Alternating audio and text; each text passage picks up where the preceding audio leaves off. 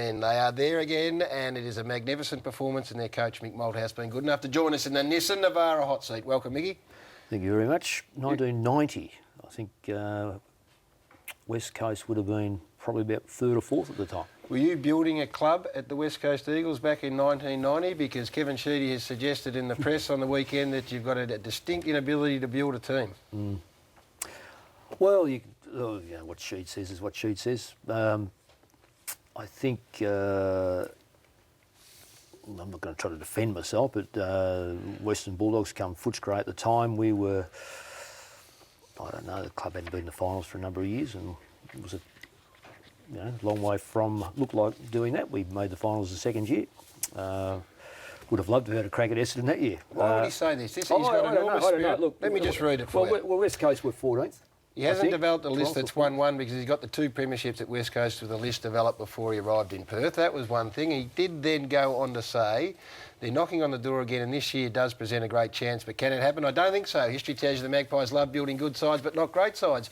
It's an extraordinary crack from a man that's won 4 premierships to another man who's been very, very successful over the journey. I'm not going to buy into what Sheed says, and really I don't need to defend myself, but I will say that of the 3 sides, West Coast, when I went there, were 12th of 14. Really, in the eyes of the committee, had no idea how to win in Victoria or out of the state. And for that matter, not many sides did travel very well. We hardened up. I'll say we at the time. We went from that 12th of 14, we played in the finals the first year and played off in a grand final the second year, won it in the third year. So that's, I would call that reasonable development. You recruited Heady and Wilson and McIntosh, and you got priority picks. I think you got Jakovic and Jason Ball the following year. I think clearly they were inaccurate, the comments. It's a perception. Oh, well, look, that's, again, I mean, I could say, Collingwood was 16th. And we played off in the grand final 3 years later. later. Have other coaches rung you to say they thought he was out of line? No. I don't expect coaches to ring over that, no. Do you think in his position as president of AFL Coach Association he was out of line? Well, I was just listening to the first part of your article, of your show, and I think he's probably right in many respects that he feels if he's going to be employed by the media, he's got a right to speak up. And Kevin's never one up to balk at issues. So. You can understand why it fascinates us so much, though. Because, is there a professional sort of rivalry? Has he got some jealousy, professional jealousy about you of some sort? Well, not that I'm aware of.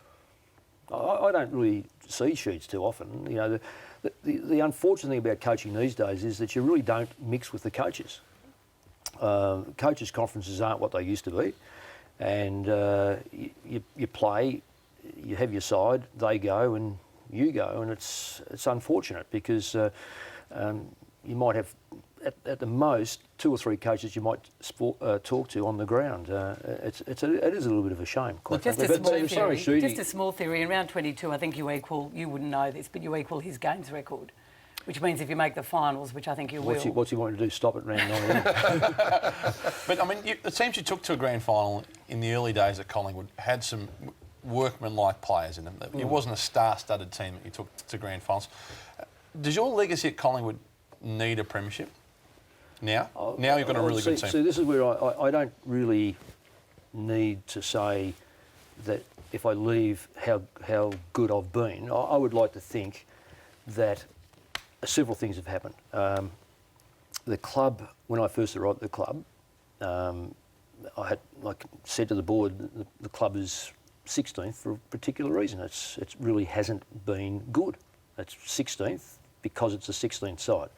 And the previous year before that, it might have been 14. I'm not too sure what it was. But and my first year we were 15th, but we won 3 or 4 more games and played a few kids. The most important thing that I want to have at the Collingwood Football Club, of course, is a premiership. I mean, if I walked away from here and said I'm not really that concerned, that's the wrong attitude for a start off. And we chase a premiership every year.